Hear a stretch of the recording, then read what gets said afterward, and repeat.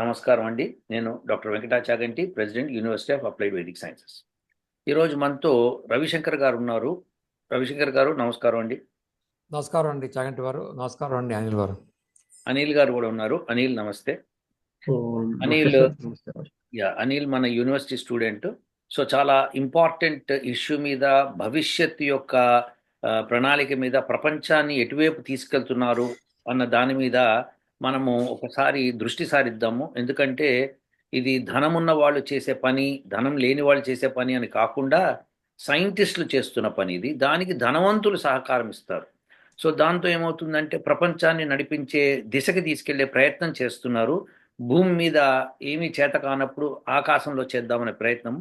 కానీ అది మంచి ప్రయత్నం అయి ఉండొచ్చు కదా, అయి ఉండొచ్చు. చెడు ప్రయత్నం కూడా అయి ఉండొచ్చు. We do not know. So మనము డిస్కస్ చేస్తే తెలుస్తుంది. సో నేను ఫస్ట్ ఒక వీడియోని షేర్ చేస్తానండి రవిశంకర్ గారు and Anil. Yes sir. So ఆ వీడియోని చూసి మీరు మాట్లాడండి. ఇది ఫస్ట్ పోస్ట్ లో వచ్చింది ఇది. So let's see this. ఈ వీడియో అండి. So let's see what she says. And many of us procrastinate. We wait until the last minute, then scramble to find shortcuts. This applies to homework, house chores, and even climate change. With each passing year, global warming is getting worse, but climate action is moving at snail's pace. So some scientists have a shortcut to fix the problem: solar geoengineering. In other words, blocking the sun's rays. This includes all things science fiction, from injecting clouds with salts to propping up shields in space. Proponents say these could be the climate solutions we need, but critics warn that such tinkering is a dangerous gamble. So which one is it? Our next report tells you. It's simple physics, really. We spray aerosols into the space, we do it for long enough, and eventually they will start to reflect the sun's rays. There's another idea though. Instead of spraying aerosols, we inject salts into low-lying clouds. Their job will be to reflect sunlight as well. Wait, there's another idea. Why doesn't the Earth get its own sunshade? Kind of like human shades. This huge shade would be like a space bubble. It will be sent to space and placed somewhere between the Earth and the sun, and its sole job would be to block solar radiation. Do these ideas sound absurd, like they belong in science fiction?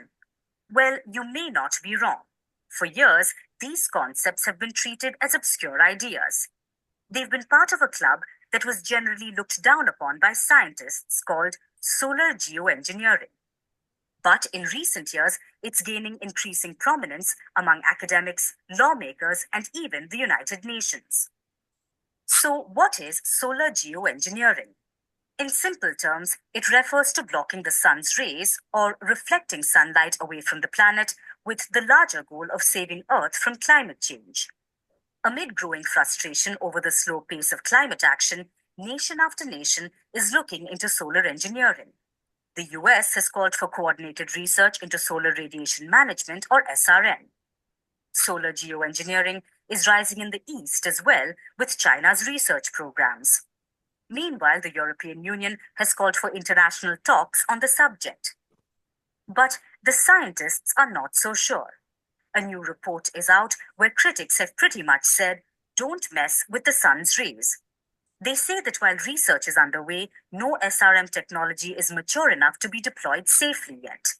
Plus, so far, these technologies are purely theoretical. They remain untested, so no one knows what such tinkering would actually do. There could be dramatic and unpredictable side effects. There could be long-term effects in different parts of the world. There is no way to predict these repercussions, let alone manage them. Plus, these technologies will need to be employed for years before any real change is seen. And even if some of these technologies could address the symptoms of climate change, like cooling down the planet, they will bring only short-term relief. They won't do anything for the real causes of the climate problem, like carbon emissions. Which is why many scientists are prompting calls for a global non-use agreement of solar geoengineering, urging countries to give up the idea altogether and cautioning governments against counting on these approaches. Because this is either a temporary climate solution or a dangerous gamble on a planetary level. and neither of those options sounds good.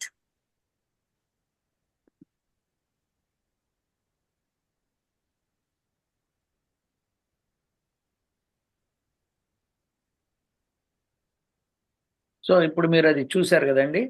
So వాళ్ళు both positive negative చెప్పుకొచ్చారు. European union అయితే oppose చేస్తాం దాన్ని, చేయకూడదు అని చెప్పి. ఎందుకంటే అది టెస్టెడ్ కాదు, ఏమవుతుందో తెలియదు. అంటే ఇప్పుడు ఏమవుతుందంటే సన్ ఇట్లా ఉంది, సన్ నుంచి రేస్ ఇలా వెడుతుంటే భూమి మీదకి పడతాయి కదా. సో మధ్యలో ఒక చిన్న డిస్క్ లాగా పెడితే ఆ మేర రేస్ బ్లాక్ అవుతాయి. సో దాని గురించి ఉన్న రిపోర్ట్ ఒకటి నేను చదువుతాను మీకు. So I will again share that so that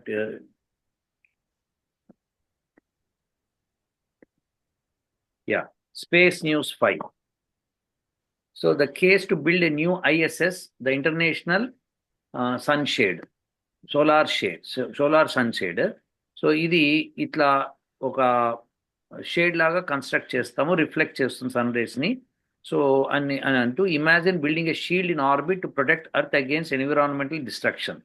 A fleet of cooperative satellites farming a massive umbrella that reduces solar energy reaching the earth, mitigating the impacts of climate change. ఇది వాళ్ళు చెప్తున్నది.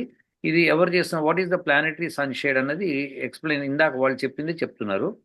చెప్పి a global imperative అని చెప్పి so చెప్పుకుంటూ దీనికి pros and cons కూడా discuss చేశారు ఇక్కడ. దీన్ని ఎవరు చేస్తున్నారు, ఎందుకు దీన్ని ఈ న్యూస్ని ఇంపార్టెంట్గా తీసుకొస్తున్నానంటే, దీన్ని S Seetha Sonti is partner and managing director of aerospace defence and aviation at Alix Partners. ఈ సీతా సొంటి గారు ఎవరంటే మన శారదా సొంటి గారి కూతురు. శారదా సొంటి గారు అంటే మన బోర్డ్ ఆఫ్ డైరెక్టర్స్లో ఒకళ్ళు, అడ్వైజరీ ప్యానల్లో ఉన్నారు ఆయన. సో ఆవిడ యొక్క కూతురు ఇట్లా దీనిలో పార్టిసిపేట్ చేస్తున్నారు. సో ఆ విషయమై ఆవిడ నాకు పంపిస్తే నేను చూశాను. సో ఇప్పుడు ప్రోస్ అండ్ కాన్స్ డిస్కస్ చేద్దాం. ఫస్ట్ రవిశంకర్ గారు మీ అభిప్రాయం చెప్పండి. ఈ మేడం సీతా సొంటి గారు, she also accepting that we have to do this solar radiation management. ఆమెనే చేస్తాం, ఆమెనే partner and the managing director for that, principal scientist ఆమె. ఆమె ఇదివరకు ఎలాన్ మస్క్ స్పేస్ ఎక్స్ లో ప్రోగ్రామ్ లో ఉండింది, బయటకు వచ్చి ఇది పెట్టుకున్నారు ఆవిడ. Fantastic sir. అంటే దీంట్లో very important factor is they are trying to imitate A lunar eclipse. బాగా చెప్పారు, solar eclipse. Yeah, I'm sorry, solar eclipse. Yeah, they're imitating a solar eclipse by putting a moon laga ఒక shade పెడుతున్నారు అక్కడ. అదే సూర్యగ్రహణం వచ్చినప్పుడు ఎట్లా ఉంటుందో అట్లా అలాంటి కండిషన్ క్రియేట్ చేస్తామంటున్నారు. సూర్యగ్రహణం వచ్చినప్పుడు మనకు అది మేబీ అర్ధ గంట, 45 నిమిషాలు, గంట పరిస్థితి బట్టి అంత నేను ఎక్స్పెక్ట్ చేసే 2 hours మాక్సిమం ఉంటుంది ఎక్కడైనా కూడా. 2 to 3 hours దాకా మాక్సిమం. అదే మాక్సిమం, అంతే 2 hours ఉంటుంది యావరేజ్ గా. దానికే మనము చాలాసార్లు మనం మీరు చాలాసార్లు చెప్పారు, సూర్యగ్రహణం ఉన్నప్పుడు మనం పలానా పని చేయకూడదు, పలానా చేయొచ్చు, పలానా చేయకూడదు అని రకరకాల డిస్కషన్ జరిగాయి. You're right. చాలా బాగా చెప్పారు.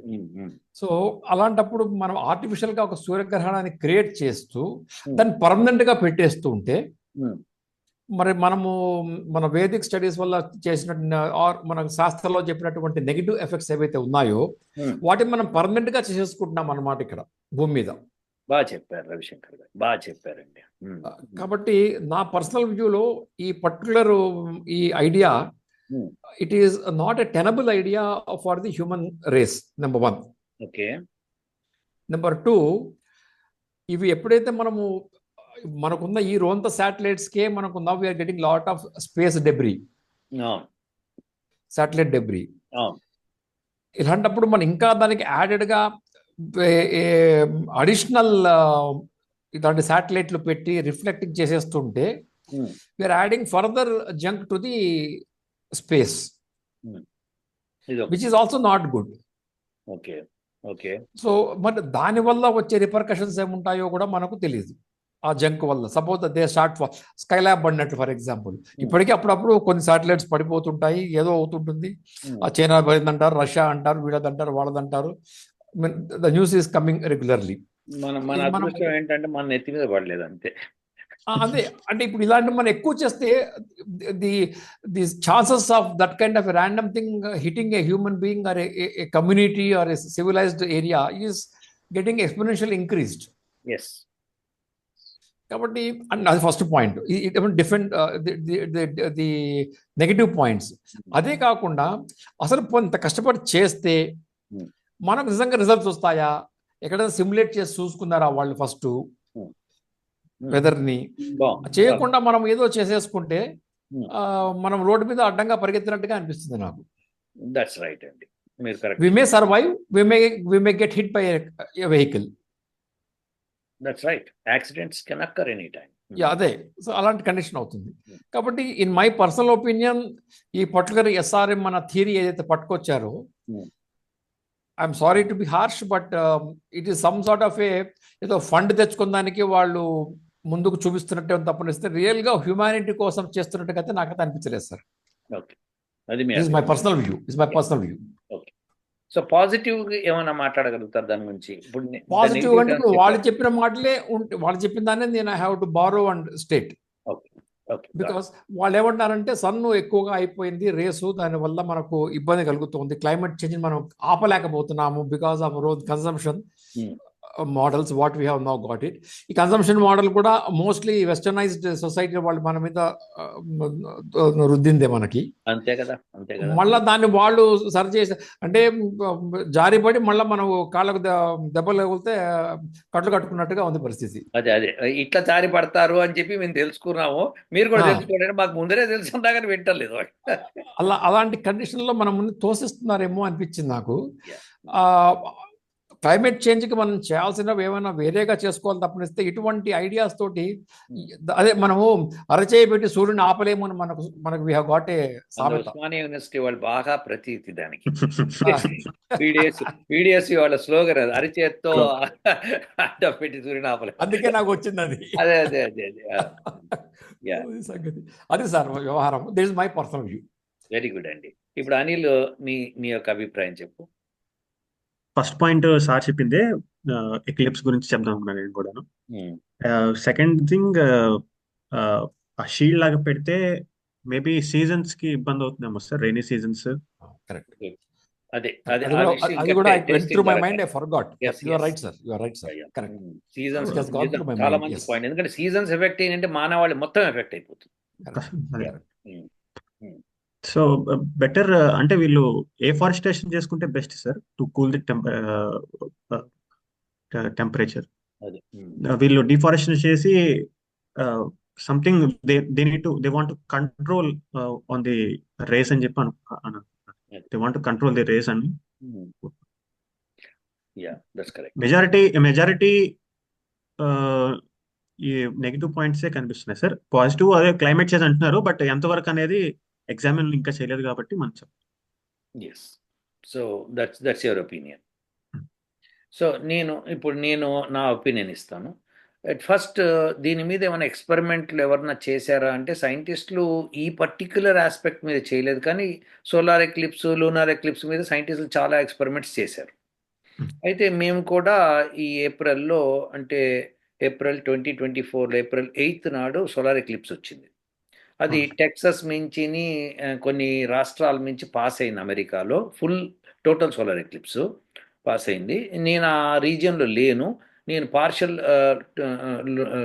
సోలార్ ఎక్లిప్స్ ఉన్న రోజున ఆ ప్రాంతంలో నేనున్నా, కానీ మురళి గారు టెక్సస్లో ఉన్నారు. సో ఆయన అక్కడ టోటల్ సోలార్ ఎక్లిప్స్ వస్తే మేము ముందరే మాట్లాడుకొని ఎక్స్పెరిమెంట్స్ చేసాం కొన్ని.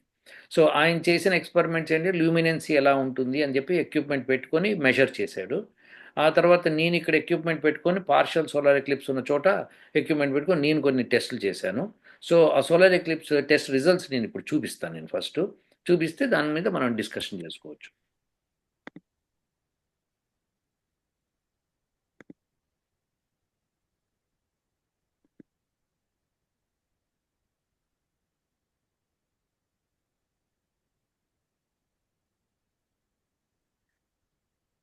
కనిపిస్తుందండి? Yes sir. యా, ఇది solar eclipse April 8, 2024 total solar eclipse prevent blindness అని చెప్పి ఒక కంపెనీ వాళ్ళు ఏదో పెట్టారు. So that put black glasses పెట్టుకోనని. సో ఇదండి, ఇక్కడి నుంచి పాస్ అవుతోంది ఇది. సో ఇది టెక్సస్, ఇక్కడ ఉన్నది టెక్సస్. సో ఈ టెక్సస్ నుంచి పాస్ అయినప్పుడు ఆయన కూడా అదే రీజియన్లో ఉన్నారు, డాలస్లో. సో దెర్ఫోర్ ఆయన ఈ could record some of the things. Plus నేను పార్షల్ సోలార్ ఎక్లిప్స్ అంటే ఈ రీజియన్లో ఉన్నా, ఈస్టర్న్ రీజియన్లో ఉన్నాను నేను. సో ఇక్కడ నేను టెస్ట్ చేశాను. సో ఇది ఆయన ఇచ్చింది 8th April సన్లైట్ ఇల్యూమినెన్సీ. సో కరెక్ట్గా మధ్యాహ్నం 1:30 దగ్గర నుంచి టోటల్ సోలార్ ఎక్లిప్స్ వచ్చింది అది. సో ఇక్కడ మీరు చూస్తే లూమినెన్సీ 1600 ఉండింది యూనిట్స్. అది తగ్గుతూ 1:40 జీరోకి పడిపోయింది లూమినెన్సీ. అంటే మొత్తం చీకటి అయిపోయింది అనమాట.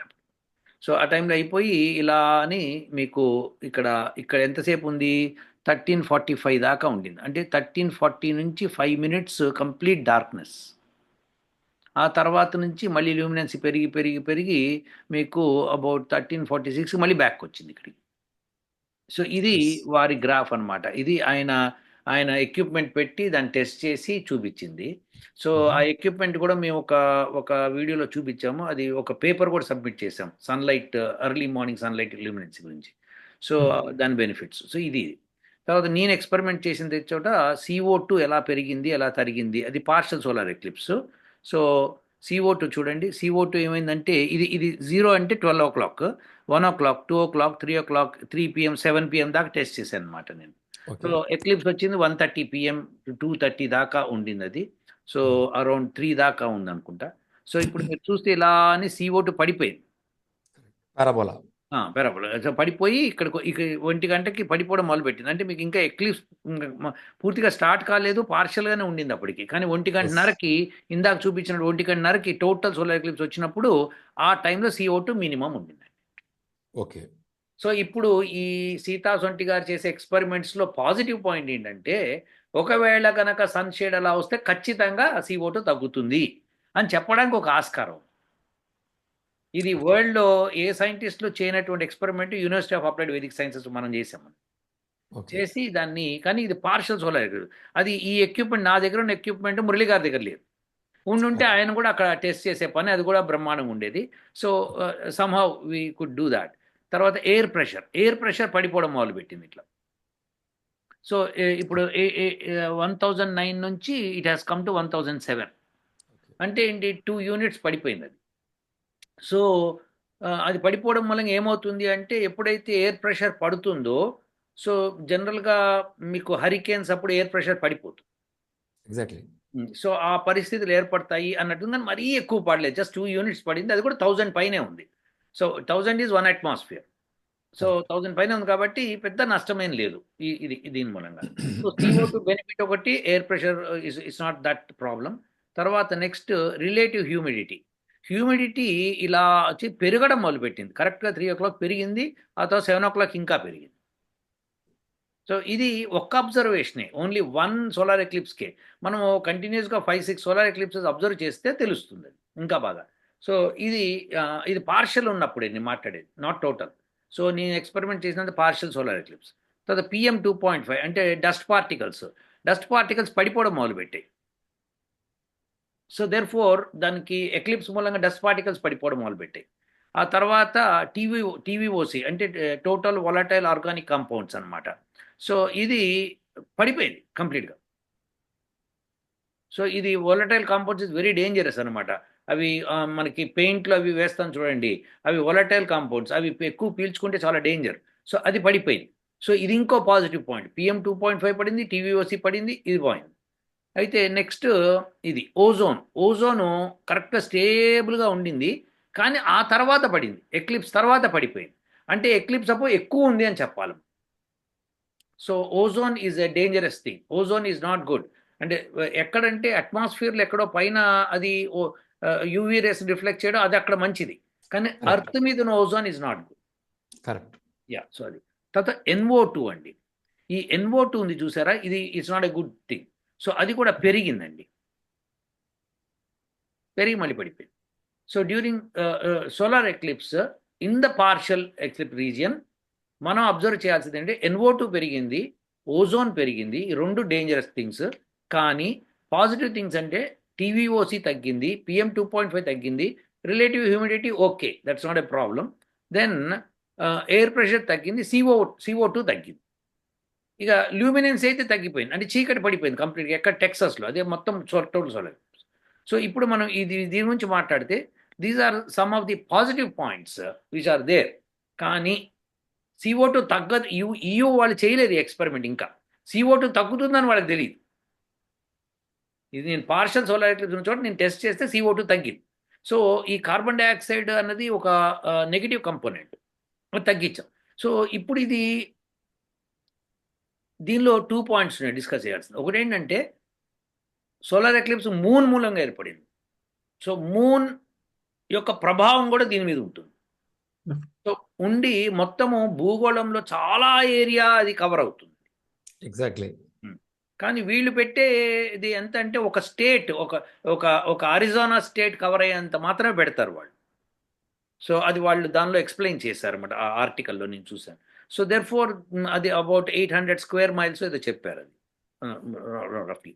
సో దాని మూలంగా నిజంగా బెనిఫిట్స్ వస్తాయా అంటే మీరు చెప్పినది కరెక్టే.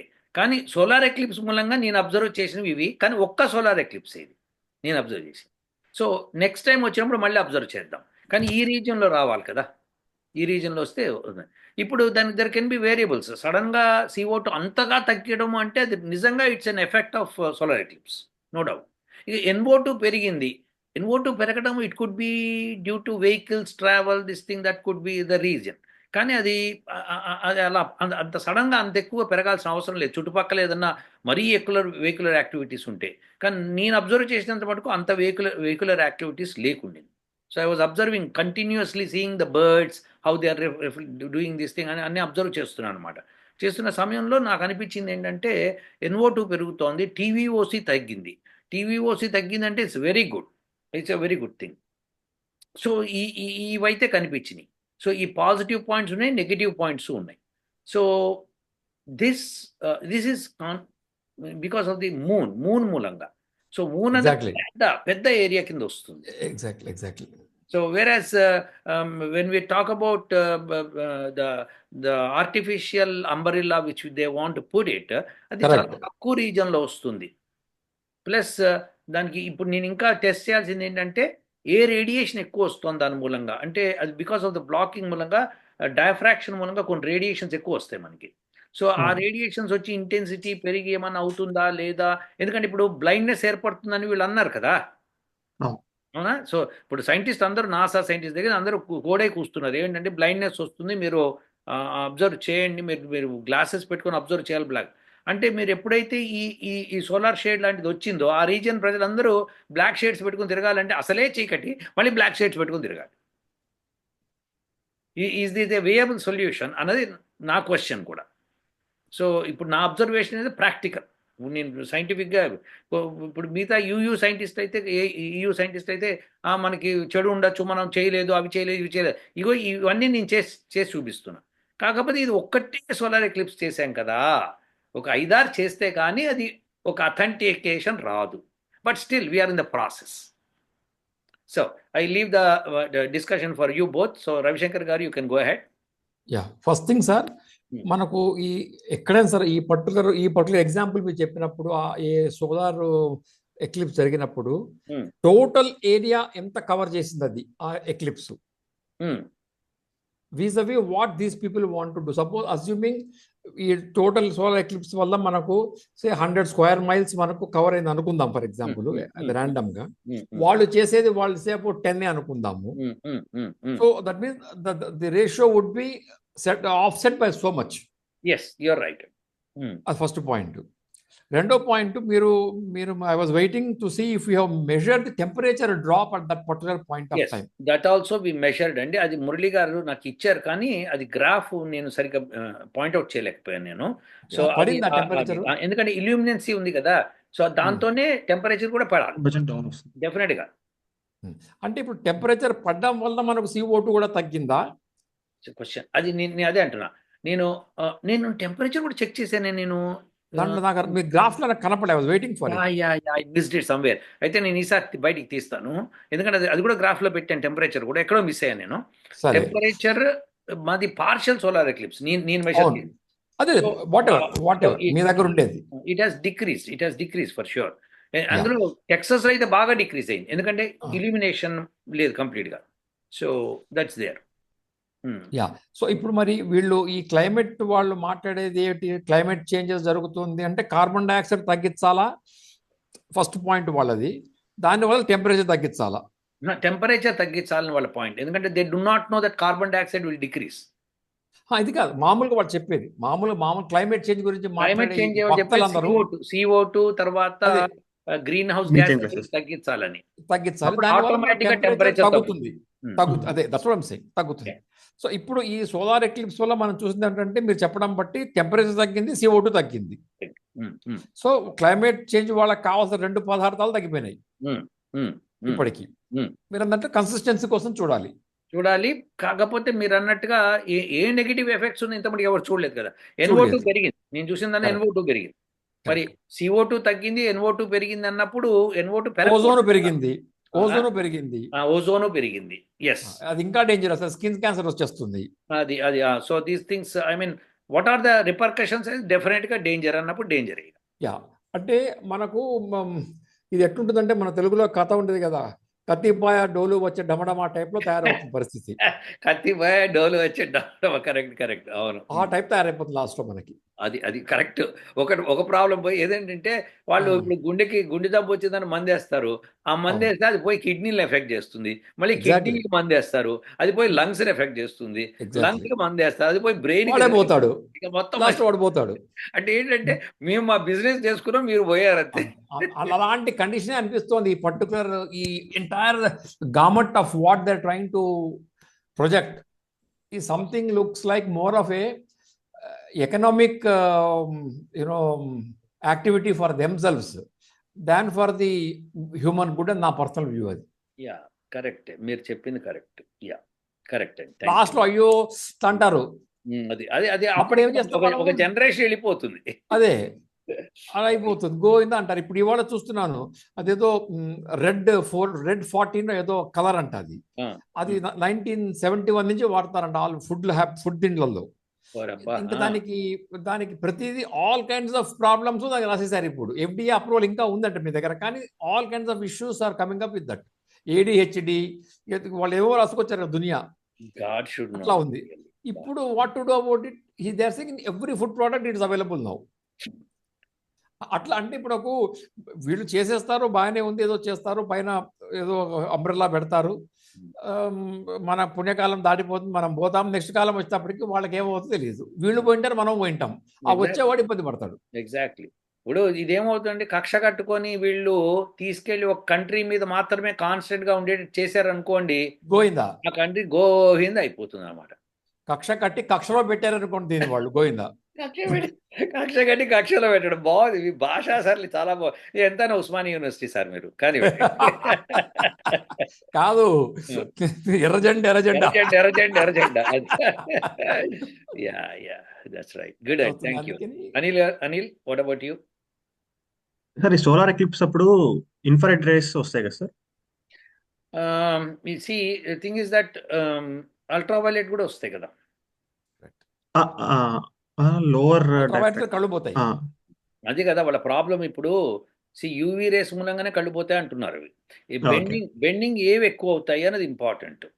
సో యూవీ రేస్ ఎక్కువగా బెండ్ అవుతాయి, డయాఫ్రాక్షన్ వేవ్ లెంత్ ఎక్కువ ఉంటే, వేవ్ లెంత్ తక్కువ ఉంటే కనుక ఫ్రీక్వెన్సీ ఎక్కువ ఉంటుంది, సో బెండింగ్ ఎక్కువ ఉంటుంది వాటికి. Yeah, inversely proportional wave length కాబట్టి. యా, సో అది మటుకు డేంజర్ ఉంది. బాగా చెప్పావు అనిల్, దట్స్ కరెక్ట్.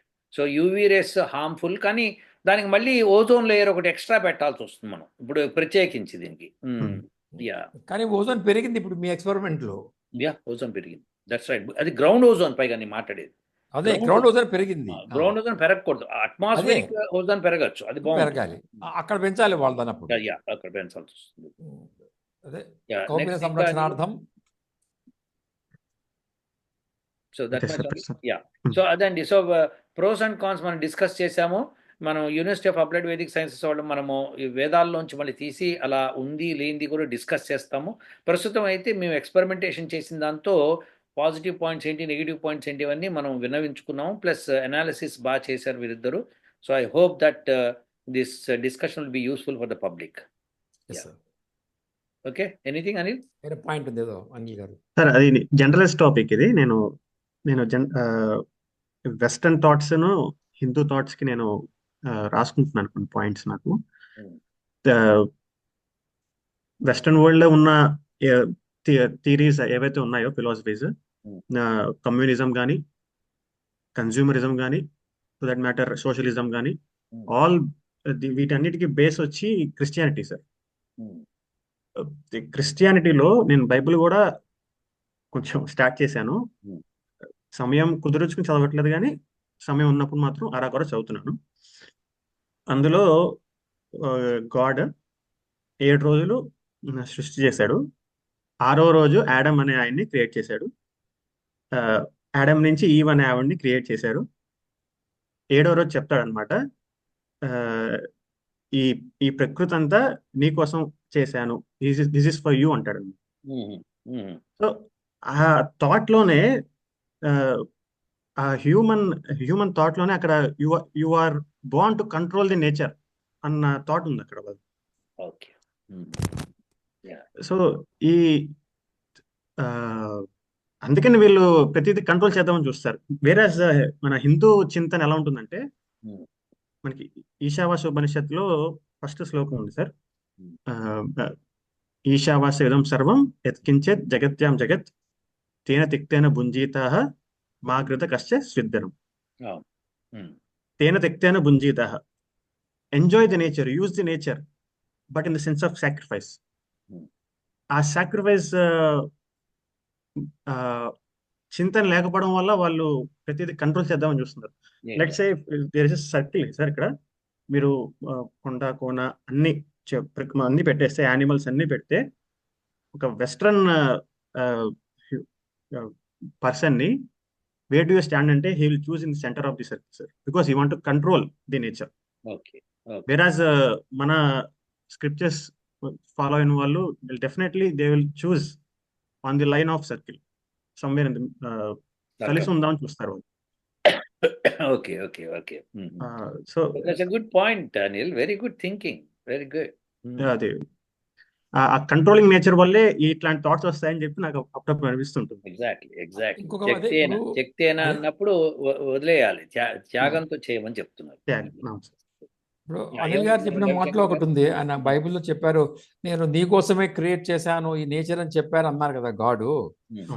అసలు అది ఫండమెంటల్ వాళ్ళకు బాగా అతుక్కుపోయింది. అంటే ఈ నేచర్ని మనం కన్జ్యూమ్ చేయాలా అని, కన్జ్యూమరిజంకి అదే అసలు ఆది. కంట్రోల్ చేసాం కన్నా అది ఆది అయింది ఫస్ట్. వేదం అట్లా చెప్పదు. వేదం అందరి కోసము, ప్రతి పక్షి అన్నిటి కోసము. ఈ సర్వజన సుఖినో భవంతు టైప్ సర్వే జనాః సుఖినో భవంతు. Yeah, that's correct. ఈ జనాన దానిలో ప్రజలే వస్తారు అనుకోవడం తప్పు. జనానికి యానిమల్స్ అన్ని ఎవ్రీథింగ్, ఆల్ లివింగ్ ఆబ్జెక్ట్స్. ఈ 2000 ఏళ్ల క్రితం క్రిస్టియానిటీ వచ్చినా సరే, ఎప్పుడైతే ఇండస్ట్రియల్ రెవల్యూషన్ స్టార్ట్ అయిందో, దానికి లిమిట్లెస్ సార్. ఇంకప్పుడు అంటే ఇదివరకు మనం చేత్తోనే తవ్వుకునేవాడు భూమిని, ఎంత కావాలంటే అంత తవ్వుకునేవాడు, ఒక లిమిట్ ఉండేది. మెషిన్ వచ్చేపాటికి is going deep and deep and deep, there is no limit. ఇంకొక పాయింట్ ఏంటంటే, క్రిస్టియానిటీ వాళ్ళు కూడా దే బిలీవ్ సోల్, బట్ ఆ సోల్ మన ఆత్మ ఒకటా అంటే that's a different topic, but they believe there is a soul. వాళ్ళు ఏమి అనుకుంటారంటే, they are the body, soul is the driving force. మన స్క్రిప్చర్స్ ఏం చెప్తాయంటే, we're the soul, body is the driving force. So అందుకని వాళ్ళు మెటీరియల్ మీద బాగా కాన్సన్ట్రేట్ చేస్తారు. అంటే మన దానిలో కూడా soul is the driving force అనే చెప్తాం, బట్ వీఆర్ ది రియలైజేషన్ చేసుకోవాలి, we are the soul and realisation చేసుకోమని చెప్తుంది. అవునవును, చేసుకున్నప్పుడు ఆటోమేటిక్ గా తెలుస్తుంది. ఎస్ ఎస్, వాళ్ళకి అక్కడ అందుకనే రీఇన్కర్నేషన్ అనే కాన్సెప్ట్ కూడా ఉండదు వాళ్ళకి. Yes, because they total invest in material. మానవులు రచించింది అలానే ఉంటుంది, మానవ రచితం కదా బైబిల్ అన్ని కూడా. వేదాలు మాత్రం పరమాత్ముడు ఇచ్చాడు కాబట్టి that's a different story all together. చిన్న పాయింట్ యాడ్ చేద్దామని వాళ్ళు controlling. That's a very good point. యాక్చువల్గా మంచి యజుర్వేద మంత్రము 40వ అధ్యాయం మొదటి మంత్రం రిఫర్ చేసావు, చాలా బాగుంది. అది ఈశావాస్యోపనిషత్ అంతా కూడా యజుర్వేద 40వ అధ్యాయం. సో దానిలోంచి తీసి డిస్క్రిప్షన్ చేసి, వెరీ గుడ్ అండి. Very good discussion sir. So positive points ఉన్నాయి, నెగిటివ్ పాయింట్స్ ఉన్నాయి. We got to really think before we do something, so that అర్త్ని మొత్తం గలాబా చేసేసి, జనాలందరినీ గలాబా చేసి, ఇక దాన్ని ఇప్పుడు అక్కడ పెట్టిన తర్వాత దాన్ని తీయాలంటే ఎట్లా, మళ్ళీ అదొక కష్టం. సో దట్ మీరు అన్నట్టుగా అది మళ్ళీ అదొక ప్రాబ్లం తయారవుతుంది, స్పేస్ జంక్ తయారవుతుంది. ఇవన్నీ కూడా పెద్ద problems. So hope that the scientist who are doing will realise and do better one. If sir. Thanks అండి, thank you for the discussion. ఉంటానండి. నమస్కారం.